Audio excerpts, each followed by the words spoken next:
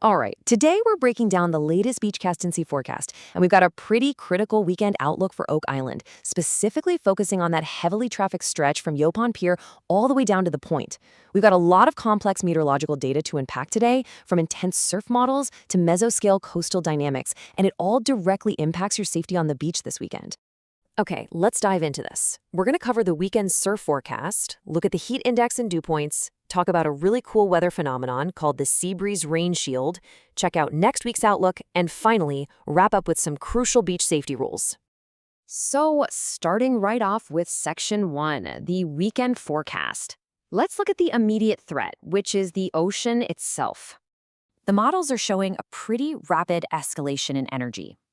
On Friday, we're starting with a building surf right around 1.5 to 3 feet, driven by south-southwest winds between 10 and 18 knots. So expect those warning flags to go from yellow up to red as the day rolls on. But man, Saturday is when things get truly hazardous. We're forecasting a dangerous 3.2 to 3.5 foot surf in the active surf zone, and it's just going to get battered by very strong onshore south-southwest winds, gusting up to 24 knots. We're talking red to double red flag conditions here. Sunday? There's only a slight drop-off, maybe down to 2.5 feet late in the day. But those onshore winds are going to stay fierce at 15 to 21 knots, so that high threat level is pretty much locked in place.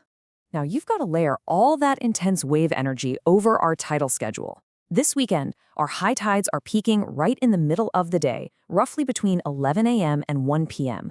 And yeah, that is exactly when the beach is absolutely packed. All that massive volume of water, combined with 3.5 feet of wind-driven surf, pushes heavily right onto the berm, which really maximizes the danger. Low tides won't even show up until late afternoon, between 4:30 and 6:30 p.m. So please, we're urging anyone near the water to be exceptionally cautious during that midday high tide window. That's when the ocean's power is concentrated closest to the dry sand. Let's move on to Section 2. We've talked about the very visible threat of the ocean, but there's actually an invisible threat rolling in with those winds: extreme, suffocating heat. To really understand this, we need a super quick meteorological lesson on dew point. Basically, the dew point is the temperature that air has to cool down to in order to become completely saturated with water vapor. When that dew point is high, the air is just holding a massive amount of moisture. As this marine air mass moves slowly over land, it heats up a ton, but it keeps all that ocean moisture locked right in. So, the crucial point is this three-step process. First, those high dew points completely saturate the air around Oak Island. Second, because the air is already totally full of water, the sweat on your skin literally cannot evaporate. And evaporation is exactly how the human body cools itself off. Third, because your body can't cool down, the human heat index, which is what the temperature actually feels like to your biology, spikes to exceptionally dangerous levels during the day. The actual thermometer might read 89 degrees, but the heat index is going to push well past 100. And unfortunately, this doesn't just magically vanish when the sun sets. That saturated marine air mass keeps up its assault overnight. All that atmospheric moisture basically acts like a giant blanket, trapping the daytime heat right near the surface. That means overnight temperatures are going to remain dangerously warm. You're definitely not getting that crisp evening relief. It's going to be sticky, muggy, and physically taxing, making it absolutely critical to stay hydrated 24 hours a day this weekend. All right, on to Section 3, the sea breeze rain shield. I want to shift gears to a local meteorological quirk that's actually really fascinating. And hey, despite the rough ocean and the intense heat, this is actually going to benefit those of you who just want a dry weekend on the sand. What's really interesting here is how the radar data illustrates the battle between the big storm systems and our local coastal dynamics. Because we get such strong, constant heating over the land during the day, it causes this intense buoyancy and upward transport of air. Meanwhile, the pressure over the water stays pretty constant. This creates a low-level temperature and pressure gradient that draws cooler maritime air toward the land. Those strong southerly winds we talked about earlier actually activate the sea breeze front. It literally acts like an invisible atmospheric wall that pushes inland, shielding the beach from precipitation. So, crazy enough, you could see torrential downpours just 5 to 10 miles inland on the mainland, while Oak Island stays under completely clear rain-free skies. But there is a severe practical side effect to this rain shield, especially for pet owners. Because the beach is totally shielded from the rain, the daytime sun is just going to bake that sand for hours on end. The sand temperatures will easily reach levels that can severely burn a dog's paws in a matter of seconds. Seriously, please be empathetic to your pets.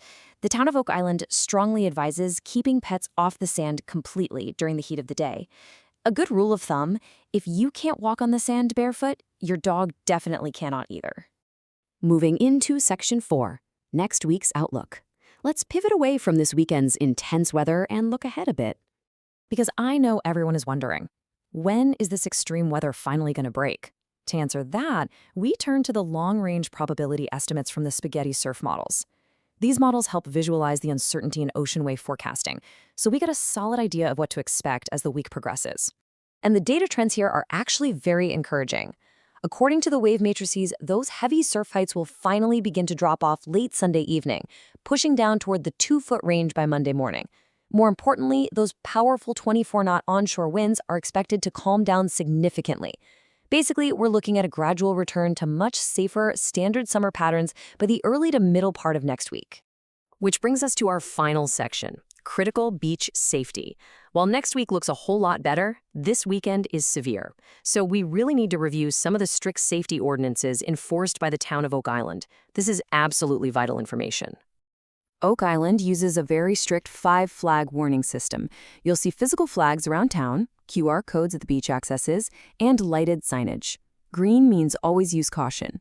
Yellow means extreme caution. Red means do not swim. But this weekend, as we discussed, we are expecting double red flags. Let me be clear. A double red flag means absolutely no entering the water, period. It's a mandate, not a suggestion, because these conditions are literally life-threatening. Even if you're just hanging out near the shoreline, you need to be highly vigilant of open beach rip currents that can pull you out in a flash. Also, you are legally required to maintain a strict 250 to 350-foot clearance from all piers, specifically Ocean Crest and Yaupon, because of the super dangerous underwater currents and structures around them. And up on the dry sand, you have to follow the local sandhole ordinance. A maximum depth of 12 inches is strictly enforced. This is to prevent catastrophic collapses and to keep our first responders safe when they're traveling in their vehicles. And this brilliantly illustrates how all these weather factors tie together. Because of that sea breeze rain shield keeping the sun just beating down, you need to apply SPF 30 or higher sunscreen every 2 hours to prevent severe burns. You also must stay completely off the fragile sand dunes, no walking, running, or climbing on them whatsoever to ensure their stability and your safety. But most importantly, before you even set up your beach care, locate the nearest Jack Helbig rescue tube station. The town has provided these water safety stations at all 65 public beach access locations. Make sure you know exactly where yours is. So the data for this weekend is pretty conclusive. The ocean's going to be violent, the heat index will be stifling, and that rain shield is going to bake the sand. The question you really have to ask yourself is this: will you respect the sheer power of the coastal weather dynamics this weekend, stay on the dry sand and follow the rules, or will you ignore those double red flags and put the Oak Island Water Rescue Team's lives at risk to save yours? Have a great time, enjoy the view, definitely stay hydrated, but please stay out of the water this weekend.